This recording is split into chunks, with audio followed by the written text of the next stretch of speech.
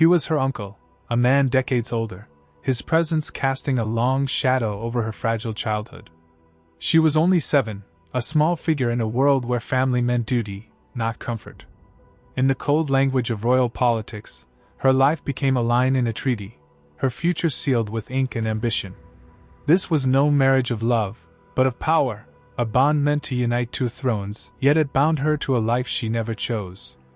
Isabella of Valois was not just a child, she was a pawn, crowned before she could even grasp the weight of it. And in the corridors of history, where whispers outlast the living, her voice is faint, but her story remains.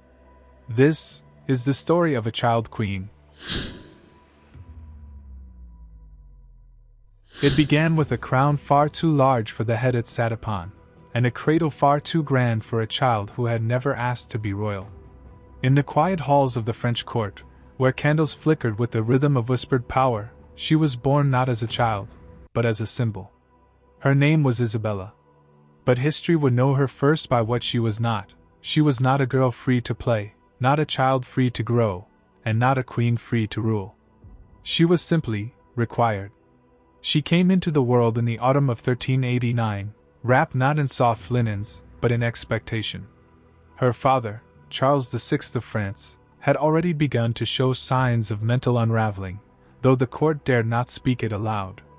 Her mother, Isabella of Bavaria, stood ever graceful beside him, poised, composed, and deeply calculating. To them, their daughter was not only a child, but an asset. A small, golden-haired contract. An offering to the tides of European politics. The world she entered was not kind to girls, let alone baby queens. France and England stood once more on the uneasy brink of war. Blood had dried on the banners of older battles, and the kings of Europe looked toward the cradle to broker the next peace. Isabella's uncles, powerful dukes who prowled the court with soft steps and sharp tongues, whispered of alliances and dowries before she had even spoken her first word. One of them, Louis of Orleans, would soon cast his eyes not toward her, but toward the throne itself. The child's life was to be woven with treachery from her very first breath.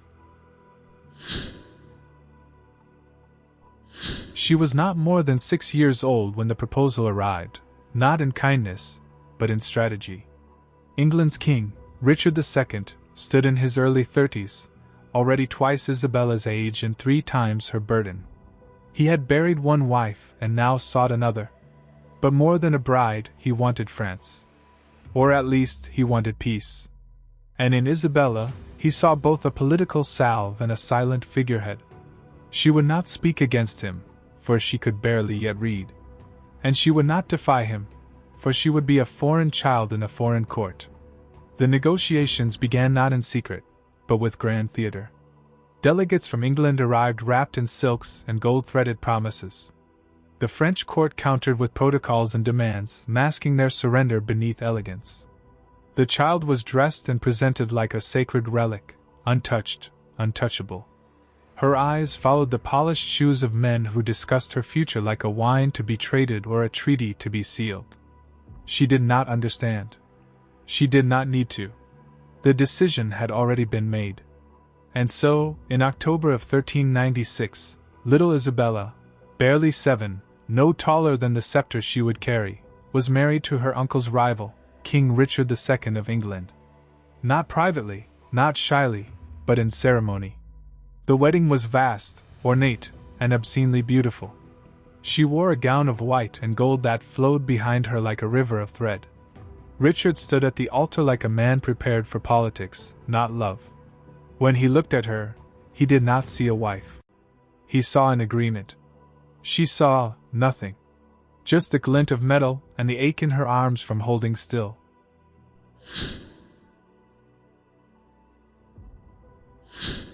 She was sent to England not as a wife, but as a guest of state. For the first year, she did not live with the king. She lived in her own household, surrounded by French ladies-in-waiting, reading lessons, and silences too wide for comfort. Richard visited her, praised her beauty, and gifted her books. He promised she would be crowned in time. He promised peace. He promised many things, as kings often did. But even as he smiled, England boiled beneath his feet. The nobles hated him. The people feared him. And in the shadows, Henry Bolingbroke, Richard's cousin, plotted. As Isabella embroidered tapestries with her tutors, as she memorized prayers and verses in the cold halls of Windsor, Richard's reign began to unravel like an old cloak pulled too tightly. In 1399, just 3 years after her wedding, he would be betrayed, captured, and deposed. His final visit to Isabella was quiet. He told her to be brave. He kissed her forehead like a father.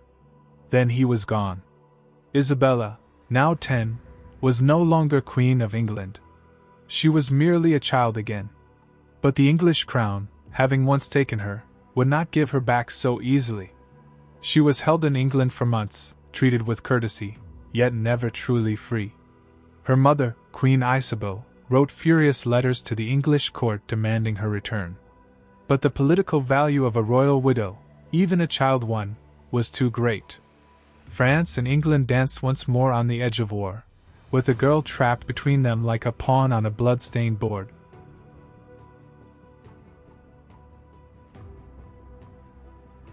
At last, in 1401, she was allowed to return to France.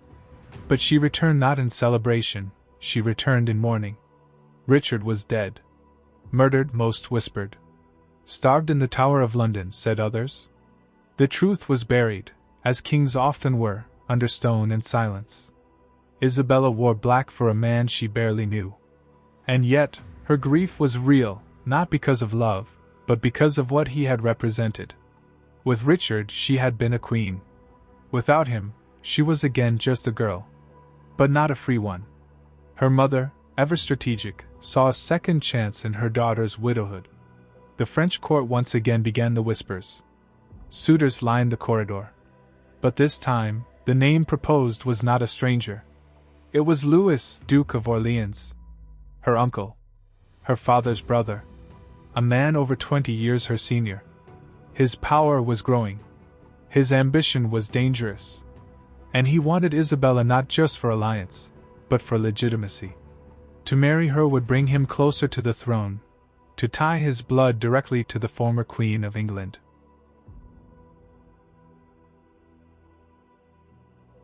At just 11 years old, Isabella was told she would wed her own uncle.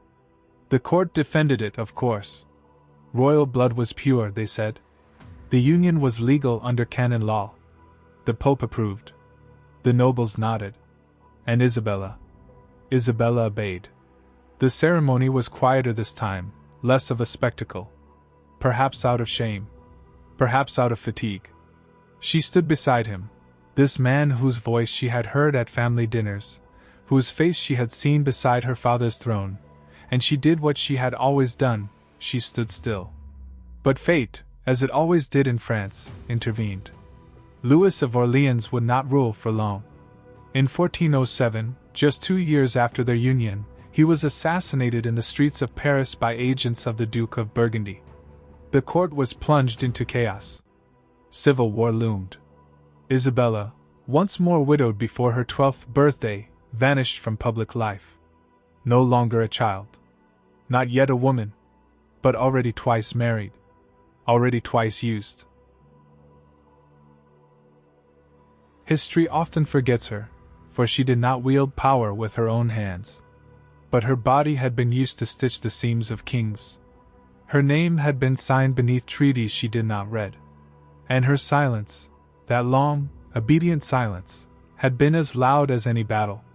As the historian Rachel Gibbons reflected, Isabella's life was emblematic of the medieval princess, a living symbol shaped by the politics of men, whose own voice was subsumed beneath the weight of dynastic duty. She would die not long after, in 1409, at the age of just 19. Her cause of death is uncertain, childbirth, some say. Illness, others. But perhaps it was simply the weight of a life never chosen. A life written in contracts and cloaked in silk. She had been born to serve peace. But peace had never served her. And yet, Isabella's story, though often overshadowed by kings and battles, remains a quiet testimony to the human cost of power. Her life reminds us that behind every crown and treaty, there are those whose sacrifices are written in silence and shadow. As historian Barbara Tuchman once said, "History is not just the story of the mighty, it is the tale of the unseen, the unheard, and the unremembered." Isabella's life, marked by innocence lost and agency denied, calls us to remember those whose stories are hidden between the lines of history. A baby queen married to her own uncle, a simple burden beyond measure, a life lived quietly at the crossroads of empire.